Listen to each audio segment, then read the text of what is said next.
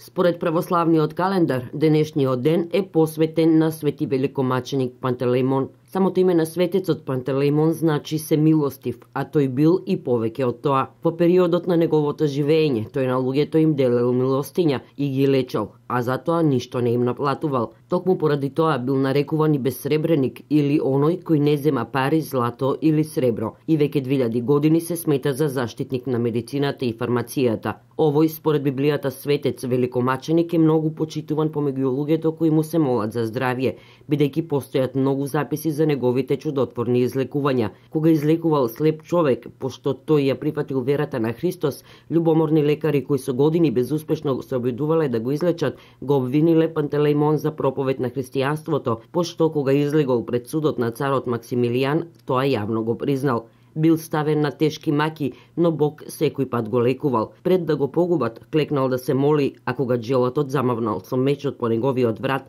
мечот се скршил. Не успеал да му ја исече главата, се додека светецот сам не се помолил и рекол дека можат да му ја сечат главата.